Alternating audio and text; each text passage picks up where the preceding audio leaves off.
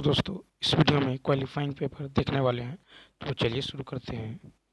देखिए कहता है read the passage given below and answer the following questions. तो चलिए सबसे पहले हम क्या करते हैं, पैसेज पढ़ लेते हैं।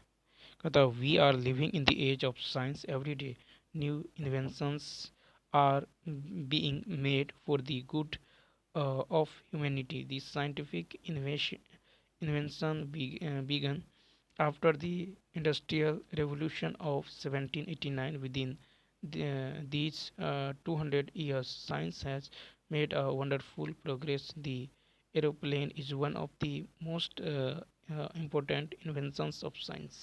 During the modern age, uh, fast, it is the fastest means of transport known so far. An aeroplane resembles a flying bird in shape. Inside there are seats for the passengers and a cabin for the world. The cabin is called a cockpit. It has engine. It has an engine that is worked by an petrol. It is all made of metal and can fly at a very high speed.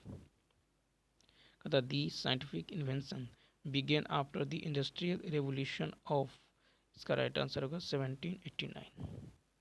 फिर कहता है the cabin for the pilot is called a cockpit. तो the cabin for pilot is called a cockpit. Cockpit मतलब होता है वायुयान में चालक का स्थान, और क्यूब मतलब होता है घन, घना का टुकड़ा। नेक्स्ट है कि an aeroplane has an engine that is worked by, तीन का होगा बी पेट्रोल। कहता है कि the dot is one of the most important inventions of science during the modern age. तो चार का राइट आंसर होगा बी ऑप्शन यानी aeroplane. The aeroplane is one of the most important inventions. कहता है कि we are living in the, पाँच का होगा सी एज ऑफ साइंस। तो we are living in the age of science. कहता है fill in the blanks with the most appropriate word. The archer missed the by an inch, six का होगा B. ठीक है, आर्चर मतलब होता है तीरंदाज, अपना लक्ष्य 1 इंच से चूक गया, यानी यहाँ लक्ष्य के लिए aim. The archer missed the aim by an inch. कहता है कि select the most appropriate one word substitution. कहता a person who is self centered, a person who is self centered यानी इगोइस्ट यानी अहमवादी, ये option. Person who is self centered यानी egoist अहमवादी। नार्सिसिस्ट मतलब होता है, नार्सिसिस्ट मतलब आत्ममुग्ध, आत्ममुग्ध। ठीक है, और इसेंट्रिक मतलब होता है सनकी, इसेंट्रिक मतलब सनकी। कहता listen carefully and takes note which kind of sentence is it. तो 8 का होगा ए यानी कंपाउंड सेंटेंस। प्रश्न में दिया गया हुआ क्या है, कंपाउंड सेंटेंस है। And listen carefully and take notes compound. अब देखिए यहाँ पे है आत्म अहिंसात्मक अभ्यास का मार्ग ही अलग है।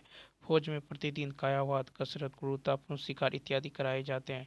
अहिंसात्मक अभ्यास इससे बिल्कुल भिन्न है। इसका साधन यदि एक शब्द में कहना चाहे तो बस संयम है। यहाँ संयम व्यापक अर्थ में उन तमाम नियमों के लिए यह व्यवहृत किया गया है जिनका जिक्र हिंदुओं के तथा दूसरे धर्मों के धर्म ग्रंथों से पाया जाता है। ये साधारणतः सदाचार के नियम तक शर्तों के पालन करके सीखे जाते हैं। इन नियमों का झुकाव जो अहिंसा और सत्य की ओर होता है। गांधी जी ने बार बार लिखा है कि ईश्वर पर विश्वास इसका बहुत बड़ा सहायक होता है।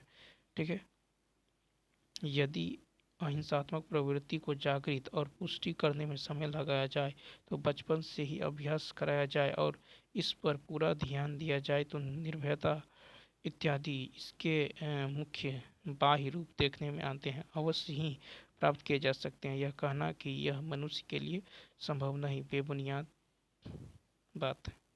उपयुक्त गद्यांश का उपयुक्त शीर्षक क्या है, तो सी ऑप्शन अहिंसा का मार्ग। नेक्स्ट है कि उक्त जो है अनुच्छेद में फौजी की गतिविधियों का इसलिए उल्लेख किया गया है कि 10 का ए अहिंसात्मक जो है अभ्यास की उससे पृथकता प्रतिपादित की जा सके।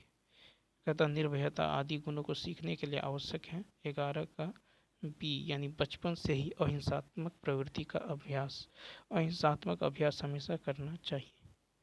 कहता है कि धर्म ग्रंथ में सर्वाधिक बल दिया गया है, ए ऑप्शन, सदाचार के नियमों पर। ठीक है, धर्म ग्रंथ में सर्वाधिक बल दिया गया है सदाचार के नियमों पर। ठीक है, प्राचीन काल से ही धर्म शास्त्रों तथा महान व्यक्तियों ने अहिंसात्मक पर बल दिया। सदाचार की सदाचरण सदाचरण की प्रमुख चर्चित अवस्था है 13 का सी, सत्य अहिंसा। तो सदाचरण की प्रमुख चर्चित अवस्था सत्य अहिंसा है। आधुनिक काल में महात्मा गांधी ने सत्य और अहिंसा पर सर्वाधिक बल दिया। देखिए फिर है कि आजकल बड़े बड़े कल कारखाने उद्योगशालाएं अपनी धुएं उगलती चिमनियों से वायुमंडल में प्राणघातक जहरीली हवाएं प्रसारित कर रही हैं। इन उद्योगशालाओं कारखानों में प्रयुक्त होने वाला पानी अनेक प्रकार के जहरीले रसायनों से युक्त अवशेषों के रूप में नदियों में बेहिचक उड़ेला जा रहा है। नदियों के प्राकृतिक जल को अपेय बना रहा है। इसके अलावा सड़कों पर दौड़ते वाहन, उनका जो धुआं और जहरीली गैस भी इस प्रदूषण में अपना अंशदान कर रही हैं। इस चौतरफा आक्रमण से मानव सभ्यता का बच पाना कठिन कार्य लग रहा है। ठीक है, क्योंकि प्राणवायु के अभाव में जीवन के संभव रहने के कल्पना की भी नहीं की जा सकती। वायुमंडल में प्राणों को संकट में डालने वाली विषैली हवाएं कौन फैला रहा है? ए कारखानों की चिमनियाँ। ठीक है, नेक्स्ट है कि गद्यांश के आधार पर जो है नदियों के जल को दूषित कर रहा है। 15 का है सी, यानी कारखानों से निकलने वाला धुआं। फिर है कि वायु प्रदूषण का कारक नहीं है। वायु प्रदूषण का कारक नहीं है विद्यालय। वायु प्रदूषण का कारक मुख्यतः वाहन, उद्योग, कारखानों से निकलने वाली धुआं। कहता प्राण वायु के अभाव में जीवन के संभव रहने की कल्पना नहीं की जा सकती। वाक्य में जो काले अंश के स्थान पर प्रयुक्त किया जा सकता है। 17 का बी, अनुपस्थिति।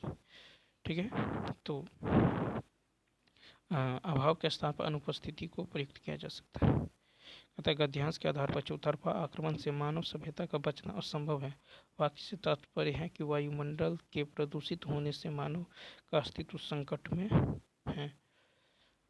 नेक्स्ट कहता है कि फूले कांच सकल मही छाई, जनु वर्षा ऋतु प्रकट बुढ़ाई में अलंकार है। नहीं, इसका होगा ए, उत्प्रेक्षा अलंकार। तो जहाँ उपमेय में उपमान की संभावना की जाए वहाँ उत्प्रेक्षा अलंकार होता है। कहता है कि कौन सी भाषा संस्कृत भाषा की अपभ्रंश है? 20 का होगा बी, पाली। तो देखिए पाली भाषा संस्कृत भाषा की अपभ्रंश है। बौद्ध साहित्य प्रारंभ में पाली भाषा में लिखी गई। वाक्यों में संयुक्त वाक्य है। तो देखिए बी ऑप्शन, यानी मैं पढ़ता हूँ वह गाता है। मैं पढ़ता हूँ और वह गाता है, यह संयुक्त वाक्य है। संयुक्त वाक्य ऐसे वाक्य जिसमें दो या दो से अधिक जो है उपवाक्य शामिल हो एवं वाक्य एक दूसरे पर आश्रित नहीं होते।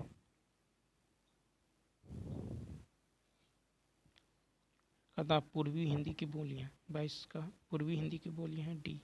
तो पूर्वी हिंदी की बोलियाँ भोजपुरी, बघेली और छत्तीसगढ़ी हैं। कहता कौन सा शब्द कृष्ण का पर्यायवाची नहीं है? 22 का सी, राजीव।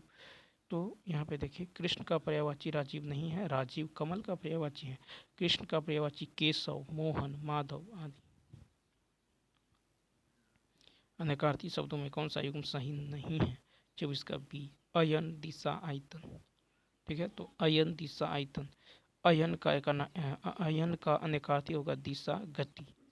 ठीक है, उद्योग का संधि विच्छेद क्या होगा? ए ऑप्शन, उत्तजोड़ योग। उद्योग का संधि विच्छेद होगा उत्तजोड़ योग।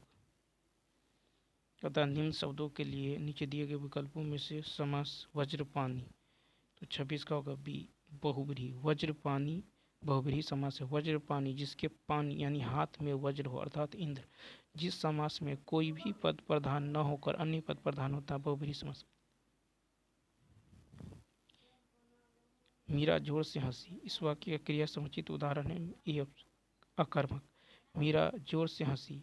वाक्य अकर्मक क्रिया का उदाहरण है जहाँ कर्ता द्वारा किया गया कार्य किसी अन्य को प्रभावित न करे, अकर्मक क्रिया का। मैंने रमेश से पत्र लिखवाया। इस वाक्य में लिखवाया कौन सा प्रकार है? बी ऑप्शन, प्रेरणार्थक क्रिया। मैंने रमेश से पत्र लिखवाया, इस वाक्य में लिखवाया प्रेरणार्थक क्रिया है। जब कोई कार्य स्वयं न करके किसी अन्य के द्वारा करवाया गया हो, प्रेरणार्थक क्रिया कहलाती है। कहता है कि अधिकतर भारतीय भाषाओं का विकास किस लिपि में हुआ? 29 का बी, ब्राह्मी लिपि। अधिकतर भारतीय भाषाओं का विकास ब्राह्मी लिपि में हुआ है। ब्राह्मी लिपि हमेशा बाएं से दाएं लिखा जाता है। ठीक है, ब्राह्मी लिपि हमेशा बाएं से दाएं, बाएं से दाएं लिखा जाता है। नेक्स्ट है कि शुद्ध वर्तनी वाला शब्द 30 का होगा ए, आग्रह। क्या होगा? आग्रह। तो शुद्ध वर्तनी वाला शब्द आग्रह है। आग्रह यानी प्रार्थना। तो चलिए दोस्तों, इस वीडियो में इतना ही।